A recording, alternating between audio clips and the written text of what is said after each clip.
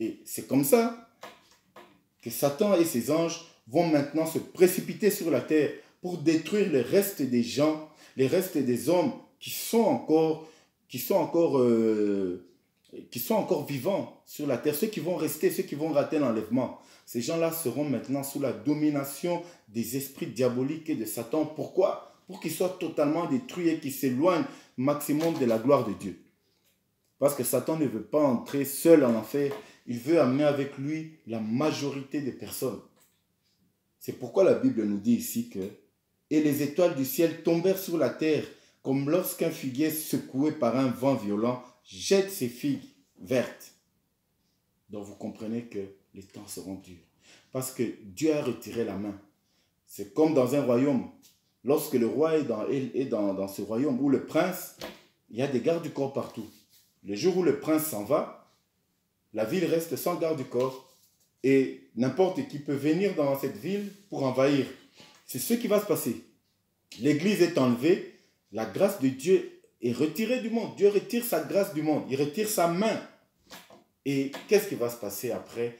Tous les démons viendront sur la terre pour envahir et pour détruire l'humanité. Ça sera terrible, frères et sœurs, ça sera terrible. Ça sera des moments terribles. Alors là, le diable aura l'emprise sur le monde pour détruire. Pourquoi? Parce que la grâce de Dieu n'est plus. L'église de Dieu a été enlevée. Voilà ce que Jésus est en train de nous révéler dans le 6e sceau. C'est un sceau terrible. L'enlèvement de l'église. Nous pouvons continuer pour comprendre la suite. Et le ciel se retira comme un livre qu'on roule. Et toutes les montagnes et les îles furent remuées de leur place. Donc vous comprenez que l'agitation sera maximale. Donc au niveau du ciel, ça veut dire au niveau de la rakia. Pas le ciel de Dieu, mais le ciel où Satan et ses anges avaient placé leur royaume. Ce ciel sera complètement bouleversé, complètement chamboulé. C'est pourquoi la Bible nous dit que le ciel se retirera comme un livre. Donc le diable va voir qu'il va comprendre qu'il est en train de perdre. Il est en train de perdre, il a déjà perdu, mais là, il est en train de perdre même son petit royaume qu'il avait placé là-haut dans le 2e ciel. Et la Bible nous dit que tout, que ce soit dans le ciel où Satan est, dans le 2e ciel ou sur la terre, tout sera complètement bouleversé. Parce que le Seigneur est venu prendre son Église. Et la grâce de Dieu a quitté le monde. Continuons pour voir la suite. Au verset 15, les rois de la terre, les grands, les chefs militaires, les riches, les puissants, tous les esclaves et tous les hommes libres se cachèrent dans les cavernes et dans les rochers des montagnes. Et ils disaient aux montagnes et aux rochers, tombez sur nous, cachez-nous devant la face de celui qui est assis sur le trône et devant la colère de l'agneau. Donc voilà que le monde se rend compte que la catastrophe est faite. Parce pourquoi ils vont comprendre qu'il s'agit de l'agneau? Parce qu'ils vont prendre la Bible.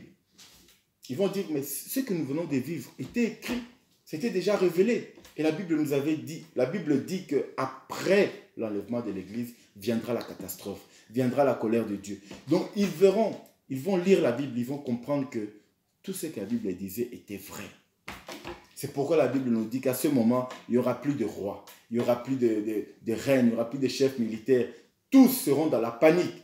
Que tu sois roi, que tu sois chef militaire, que tu sois riche, pauvre, tous ceux qui vont rester après l'enlèvement seront dans la panique. Et ils vont comprendre que la colère de Dieu arrive. Parce que c'est à ce moment, aujourd'hui tout le monde veut lire des livres d'histoire, des livres de géographie, des livres qui parlent de la morale, c'est bien. Mais à ce jour-là, les gens vont revenir à la Bible. Il faut comprendre que la parole de Dieu avait annoncé l'enlèvement. Ils vont comprendre que maintenant, après l'enlèvement, comme c'est écrit dans la parole de Dieu, la catastrophe arrive. Puisque c'est maintenant que Dieu va frapper le monde. Parce qu'il l'a averti plusieurs fois. Mais les hommes n'ont pas voulu l'écouter. Frères et sœurs, c'est le moment de se repentir. Après viendra la catastrophe. Ce que nous voyons, je le répète, ce n'est encore rien. Ce n'est encore rien. Ce n'est que le début. Ce n'est même pas le début. Ce sont que les prémices. La catastrophe arrive. Et ça sera Dieu lui-même qui va frapper le monde. Parce que le monde l'a rejeté, malgré tous les avertissements, malgré la compassion de notre Dieu. Il a tiré sa patience en longueur. C'est comme un élastique. Il tire, il arrive à la fin, il tire encore, il tire. Mais le monde ne veut toujours pas écouter. Mais ces jours-là, ça sera le jour où Dieu viendra venger le sang de tous ceux qui ont été tués, qui ont été immolés pour son nom. C'est terrible. Le sixième sceau nous marque l'enlèvement de l'Église. L'enlèvement de l'Église. Le monde des ténèbres va descendre sur la terre parce que la grâce de Dieu va se retirer. Le soleil va s'obscurcir, comme la Bible nous dit. Il va s'obscurcir. Ça veut dire que la grâce de Dieu, la lumière de Dieu va quitter le monde. Ça sera des moments terribles. Le monde n'a jamais connu. Vous savez, des fois, on nous parle des guerres, la Première Guerre mondiale, la Deuxième Guerre mondiale. Mais là, ça sera pire que toutes les deux guerres réunies. Pire. Il est temps de se repentir. Il est temps de revenir à Dieu. Il est temps de demander pardon. Dieu est miséricordieux. Il n'y a aucun péché que Dieu ne pardonne pas. Dieu est miséricordieux. Revenons à Dieu parce que les moments difficiles arrivent. Il sera pénible pour nous de rater l'enlèvement de notre Seigneur. Revenons à Dieu. Les moments sont durs. Nous avons vu tous les signes. Tout est là. Comme je l'ai dit tout à l'heure, on ne connaît ni le jour ni l'heure, mais nous connaissons les signes. Continuons. Nous sommes maintenant au chapitre 7 et nous sommes toujours dans le sixième sceau. Apocalypse chapitre 7. Je commence au premier verset. Après cela, c'est Jean qui parle.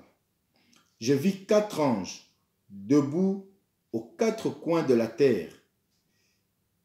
Ils retenaient les 4 vents de la terre afin qu'il ne soufflât point de vent sur la terre, ni sur la mer, ni sur aucun arbre. Donc Jean voit la terre, mais tout autour, il y avait 4 anges dans les 4 coins de la terre et qui retenaient le vent. Vous savez, le vent, lorsqu'il vient, il vient pour souffler, pour détruire, amener la destruction. Mais ces 4 anges étaient là, ils retenaient le vent. Pourquoi? Mais qui sont ces anges? Ce sont les anges que l'Éternel maintenant envoie. Parce que le diable a fait son temps. Et maintenant, c'est l'Éternel qui vient. L'Éternel a déjà retiré son église. Il a déjà pris son église. Maintenant, il vient pour détruire. Parce qu'il avait promis, la colère de Dieu va s'abattre sur le monde. Aujourd'hui, la Bible nous dit que nous devons croire en notre Seigneur Jésus. Croire en Dieu, vivre la parole de Dieu pour éviter, pour fuir la colère de Dieu, la colère à venir. Et là, nous sommes au moment où la colère de Dieu est arrivée. Et il voit les 4 anges, mais qui retenaient encore la colère de Dieu. Le vent ne soufflait pas encore. Ils étaient là parce qu'ils retenaient. Quand on parle des 4 coins de la terre, ça veut dire que la terre entière, vous savez, aujourd'hui, il y a des catastrophes dans des lieux isolés. En Chine, en Australie, en Afrique, en Amérique, en Europe. Donc, ce sont des coins isolés. Mais à ce moment-là, ça ne sera plus des coins isolés. Ça sera sur toute la planète entière et au même moment. C'est pourquoi on voit les anges sur les 4 coins de la terre qui retiennent le vent. Les vents qui vont frapper toute la terre entière. Sans exception. Ça ne sera plus un coin, ça ne sera plus une ville, ça ne sera plus un continent. Ça sera toute la terre entière. On continue. Et je vis un autre ange, donc un 5e ange. Je vis un autre ange qui montait du côté du soleil levant. Le soleil levant, quand on parle du soleil levant dans la Bible, on parle de notre Dieu. Le soleil levant, c'est la source de lumière. Donc, l'origine de la lumière. Celui qui est la source de lumière, c'est le Seigneur. Alors, cet ange qui venait du soleil levant, c'est un code qui veut juste dire cet ange qui est maintenant envoyé par notre Dieu. Et il vient pour une mission spéciale envoyée par Dieu. Et nous allons lire de quoi il s'agit. Et je vis un autre ange qui montait du côté du soleil levant et qui tenait le sceau du Dieu vivant. Voilà, il vient avec le 7e sceau. Donc, le sceau du Dieu vivant. Pourquoi c'est le sceau du Dieu vivant? Parce que c'est le septième sceau qui va maintenant déclencher toute la colère de Dieu. Jusque-là, Dieu n'avait pas encore frappé. Jusque-là, Satan a frappé. Dieu est venu, il a enlevé son église. Jusque-là, Dieu n'a pas encore frappé. Mais le septième sceau, c'est le septième sceau qui va entraîner toutes les catastrophes, donc toutes les frappes de notre Dieu. C'est le septième sceau qui va engendrer ce qu'on appelle les 7 trompettes et qui vont engendrer aussi les 7 coupes. Donc la colère de Dieu, c'est pourquoi la Bible nous dit que Dieu maintenant envoie l'ange avec le sceau, son sceau à lui. Maintenant, c'est lui qui va agir. Écoutons. Il cria d'une voix forte aux 4 anges à qui il avait été donné de faire du mal à la terre et à la mer. Et il dit, ne faites point de mal à la terre, ni à la mer, ni aux arbres, jusqu'à ce que nous ayons marqué du sceau le front des serviteurs de Dieu. Donc jusqu'à ce que nous ayons marqué du sceau, le sceau, le front. Pourquoi seulement le front? Nous allons comprendre parce que c'est très important. Il y a eu beaucoup de confusion, il y a beaucoup d'enseignements, beaucoup de confusion dans ce passage. Mais nous allons y arriver. Je continue au verset 4. Et j'entendis le nombre de ceux qui avaient été marqués du sceau, 144 000 de toutes les tribus des fils d'Israël. De la tribu de Juda, 12 000 marqués du sceau. De la tribu de Ruben, 12 000. De la tribu de Gad, 12 000. De la tribu d'Azer, 12 000. De la tribu de Nephtali, 12 000. De la tribu de Manassé, 12 000. De la tribu de Siméon, 12 000. De la tribu de Lévi, 12 000. De la tribu d'Isaacar, 12 000. De la tribu de Zabulon, 12 000. De la tribu de Joseph, 12 000. De la tribu de Benjamin, 12 000 marqués du sceau. Alors, nous allons parler de ces sceaux. Parce que la Bible nous dit il y a combien? 144 000. Voilà la grande confusion aujourd'hui. La grande confusion. Beaucoup ont fait des grandes confusions à cause de ce que je venais de dire tout à l'heure.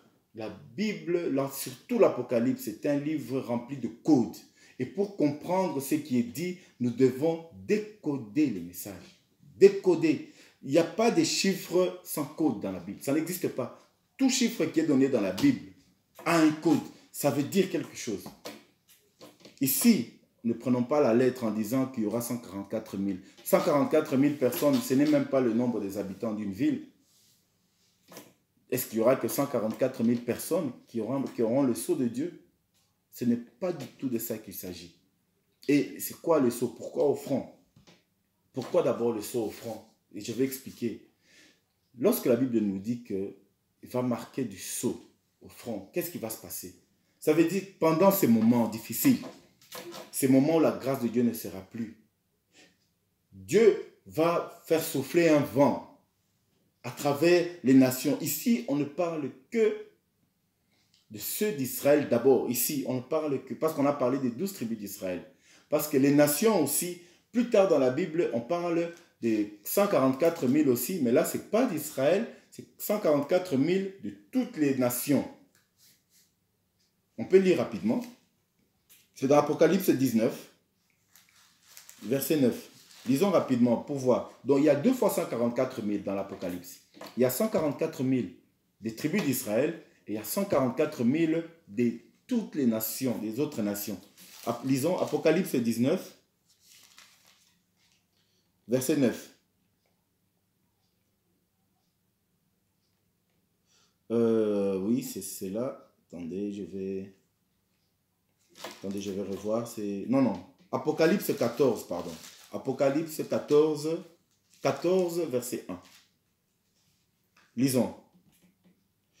Je regardais, et voici, se tenait sur la montagne de Sion. Quand on parle de la montagne de Sion, on voit le royaume de Dieu. Donc là, les 144 000 dont on a parlé, l'ange va marquer les 144 000 qui sont sur la terre. Mais ici, Jean voit maintenant dans le royaume de Dieu, pas sur la terre. Qu'est-ce qu'il voit?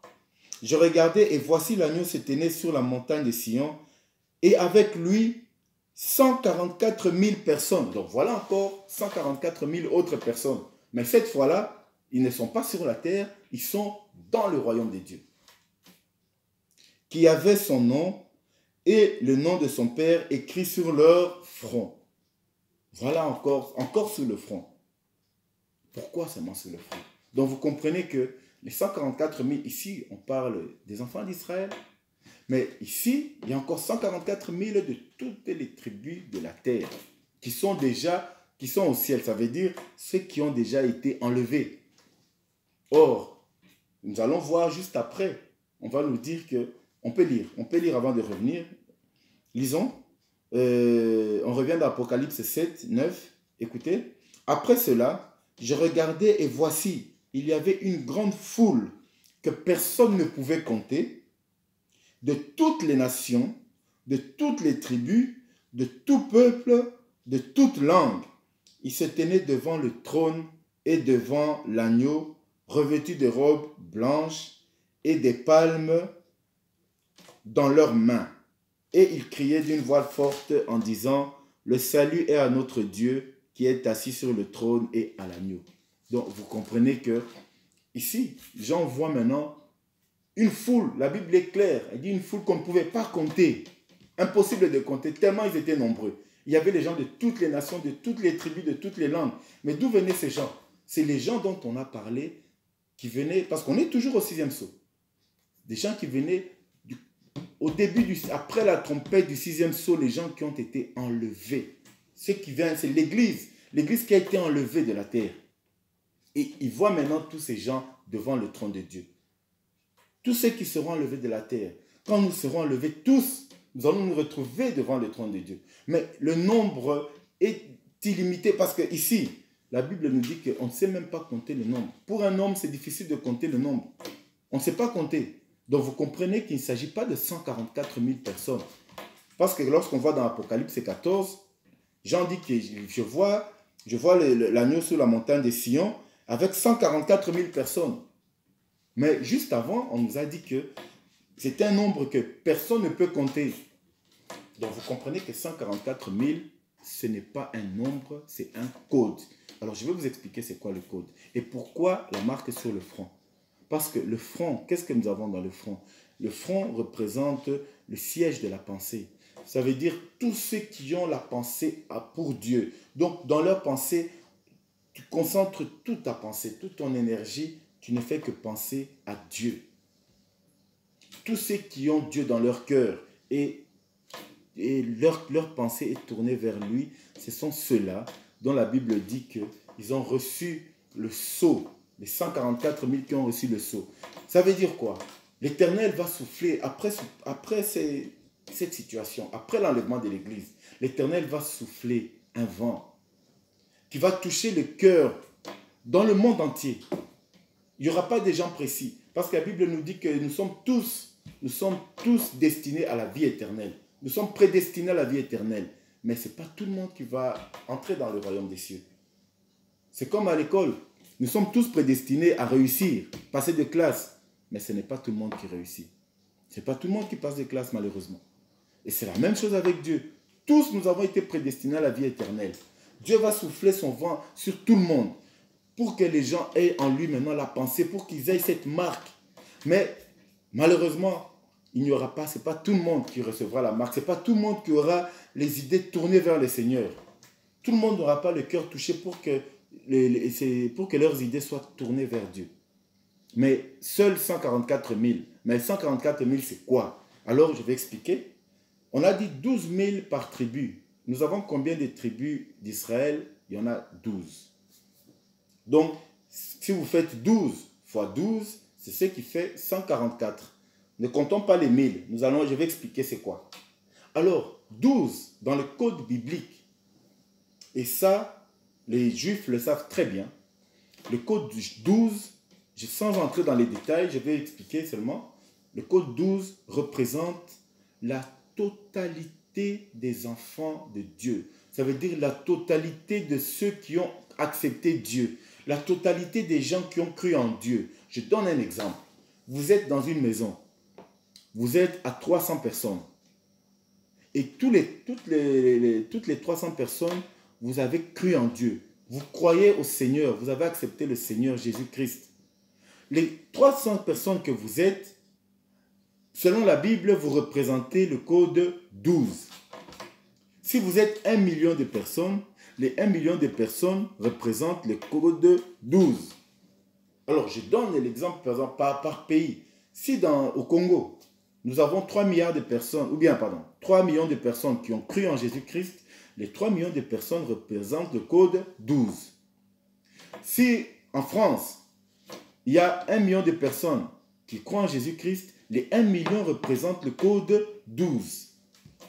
Si au Japon, il y a 2 millions qui croient en Jésus-Christ, les 2 millions représentent le code 12. Si dans un autre pays, il y a 10 personnes seulement qui croient en Jésus-Christ, dans ce pays-là, les 10 personnes représentent le code 12. Donc le code 12 signifie la totalité de ceux qui ont cru en Dieu. Donc quand la Bible nous dit que nous allons marquer du sceau les serviteurs de Dieu, et le nombre 144 000, ça veut dire que Dieu va souffler le vent, son vent, pour que tout le monde accepte sa parole. Mais beaucoup vont rejeter la parole de Dieu. Et ceux qui vont accepter cette parole, ils seront tellement nombreux, il y aura beaucoup dans chaque tribu d'Israël. Pour Israël, parce qu'on a cité 12 000 par tribu, ça veut dire dans chaque tribu d'Israël, la totalité des gens qui vont croire en Dieu, qui vont revenir totalement en Dieu, qui vont revenir totalement, je dis bien totalement, dans toutes leurs pensées, qui vont revenir à notre Seigneur, ces gens-là vont représenter le code 12. Alors, la première tribu, on a dit ici, pour la tribu de Juda, 12 000. Ça veut dire, dans la tribu de Juda, s'il y a 2 millions de personnes, ou 3 millions de personnes de la tribu de Juda seulement, qui croient au Seigneur Jésus, ces 3 millions de personnes représentent le code 12 qu'on vient de dire. Donc, dans chaque tribu, les 12 représentent la totalité des gens qui vont croire en Dieu. Et c'est multiplié par 3 fois 10, parce que 10 représente le nombre de Dieu. Donc, 10 représente Dieu lui-même. Donc, Dieu vient dire que je vous prendrai, vous qui avez cru en moi.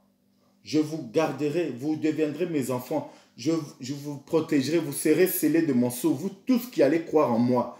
Et il se confirme, Dieu confirme sa parole 3 fois. Donc, quand Dieu se confirme comme ça, c'est pour dire que la chose est arrêtée, jamais elle pourra être changée. Et ce qu'il dit est véritable. Il fait que se confirmer, donc c'est 10, 10, 10, qui fait 1000 fois les 12 000. Donc 12 fois 12, ça fait 144. Nous avons 144 fois les 1000, ça nous fait 144 000. Donc 144, c'est les 12 fois 12. Donc la totalité des enfants de Dieu dans les 12 tribus d'Israël, et la totalité des enfants de Dieu, Dieu leur dit que tous ceux qui vont revenir à moi, ceux-là seront mes enfants. Je les garderai, je les reprendrai, je les sauverai du mal qui va suivre tout de suite. Je vais sauver ces gens, je vais sauver tous ceux qui ont cru en moi, tous ceux qui vont revenir à moi. Voilà le code 12. 12 représente la totalité de ceux qui ont cru et qui ont accepté Dieu. Alors, ce n'est pas 144 000 personnes. Non, non, non. Reconnaissez que c'est, comme on vient de le lire, 144 000 des nations. Or, la Bible nous dit que c'était un nombre qu'on ne pouvait pas compter. Il ne s'agit pas d'un chiffre pour dire 144 000 hommes. Non, ce n'est pas ça. C'est un code. 144 000, donc c'est 12 fois 12. Et la confirmation, Dieu se confirme au triple. Donc, Dieu se confirme 3 fois pour dire que la chose ne pourra pas être changée. Ce que je dis, c'est véritable et ça va s'accomplir comme ça. Tous ceux qui reviendront en moi, je les sauverai.